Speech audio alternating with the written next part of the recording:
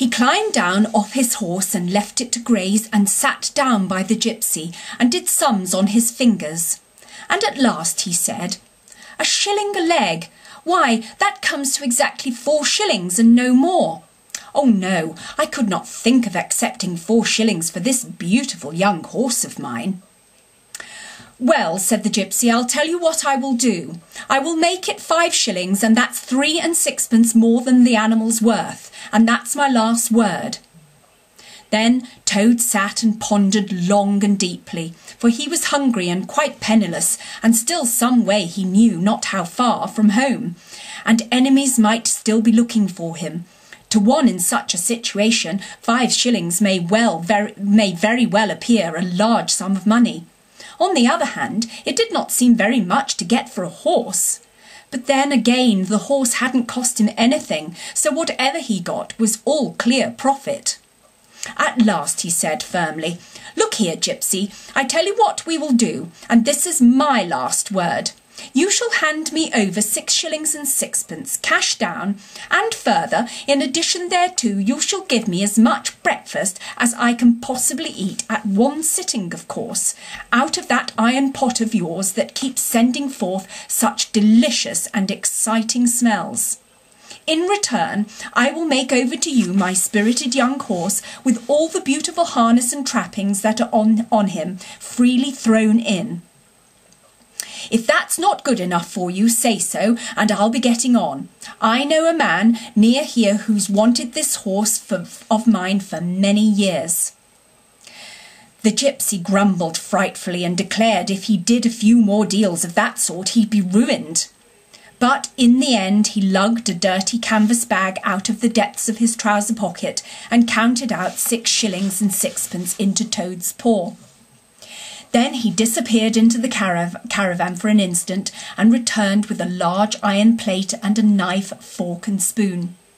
He tilted up the pot, and a glorious stream of hot, rich stew gurgled into the plate. It was indeed the most beautiful stew in the world, being made of partridges and pheasants and chickens and hares and rabbits and peahens and guinea fowls and 1 or 2 other things. Toad took the plate on his lap, almost crying, and stuffed and stuffed and stuffed, and kept asking for more, and the gypsy never grudged him. He thought that he had never eaten so good a breakfast in all his life. When Toad had taken as much stew on board as he thought he could possibly hold, he got up and said goodbye to the gypsy and took an affectionate farewell of the horse. And the gypsy, who knew the riverside well, gave him directions which way to go, and he set forth on his travels again in the best possible spirits. He was indeed a very different Toad from the animal of an hour ago. The sun was shining brightly, his wet clothes were quite dry again, he had money in his pocket once more, he was nearing home and friends and safety, and most and best of all, he had had a substantial meal, hot and nourishing, and felt big and strong and careless and self-confident. As he tramped along gaily, he thought of his adventures and escapes, and how when things seemed at their worst, he had always managed to find a way out, and his pride and conceit began to swell with him. "Ho, ho," he said to himself as he marched along with his chin in the air. "What a clever Toad I am! There is surely no animal equal to me for cleverness in the whole world. My enemies shut me up in prison, encircled by sentries, watched night and day by warders. I walk out through them all by sheer ability coupled with courage. They pursue me with engines and policemen and revolvers. I snap my fingers at them and vanish, laughing into space. I am, unfortunately, thrown into a canal by a woman fat of body and very evil-minded. What of it? I swim ashore, I seize her horse, I ride off in triumph, and I sell the horse for a whole pocketful of money and an excellent breakfast. Ho, ho, I am the Toad, the handsome, the popular, the successful Toad."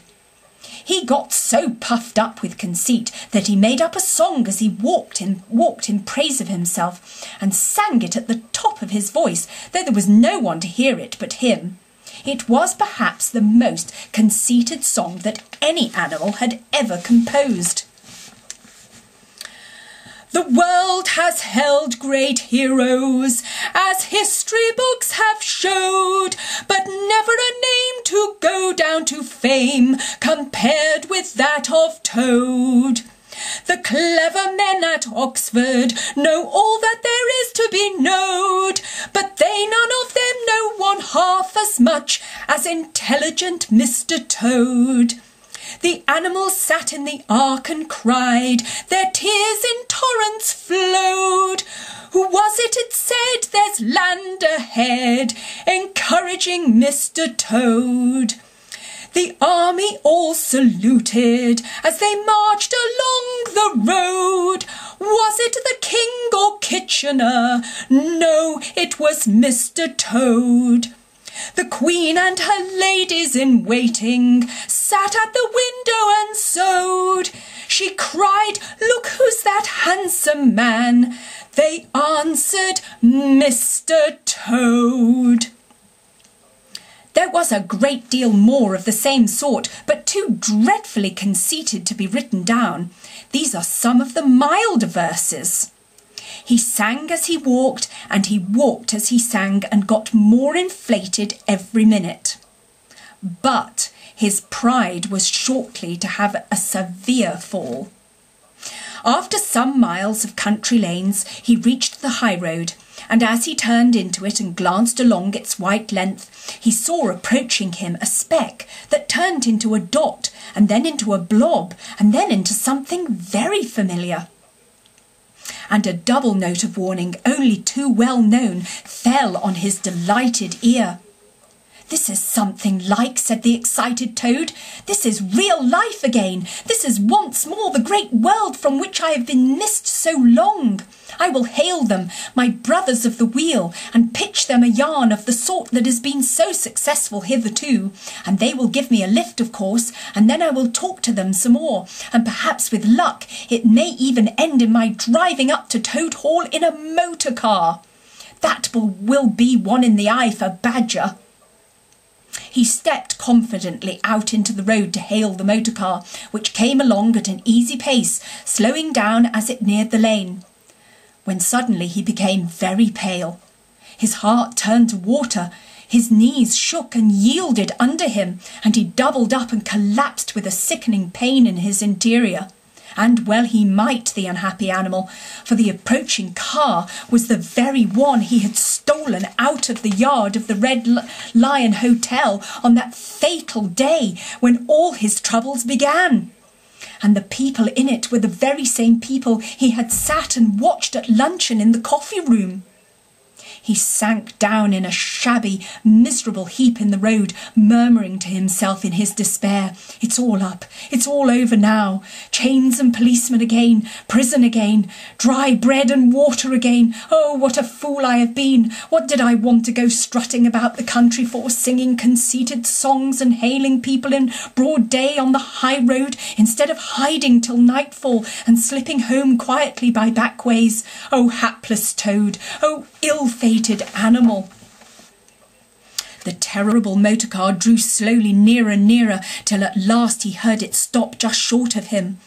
Two gentlemen got out and walked round the trembling heap of crumpled misery lying in the road, and one of them said, "Oh dear, this is very sad. Here is a poor old thing, a washerwoman apparently, who has fainted in the road. Perhaps she is overcome by the heat, poor creature, or possibly she has not had any food today.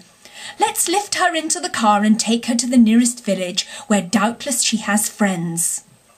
They tenderly lifted Toad into the motor car and propped him up with soft cushions and proceeded on their way. When Toad heard them talk in so kind and sympathetic a way, he knew that he was not recognised. His courage began to revive, and he cautiously opened first one eye and then the other. "Look," said one of the gentlemen, "she is better already. The fresh air is doing her good. How do you feel now, ma'am?" "Thank you kindly, sir," said Toad in a feeble voice. "I'm feeling a great deal better." "That's right," said the gentleman. "Now keep quite still, and above all, don't try to talk." "I won't," said Toad. "I was only thinking if I might sit on the front seat there beside the driver, where I could get the fresh air full in my face. I should soon be all right again." "What a very sensible woman," said the gentleman. "Of course you shall." So they carefully helped Toad into the front seat beside the driver, and on they went again. Toad was almost himself again by now. He sat up, looked about him, and tried to beat down the tremors, the yearnings, the old cravings that rose up and beset him and took possession of him entirely.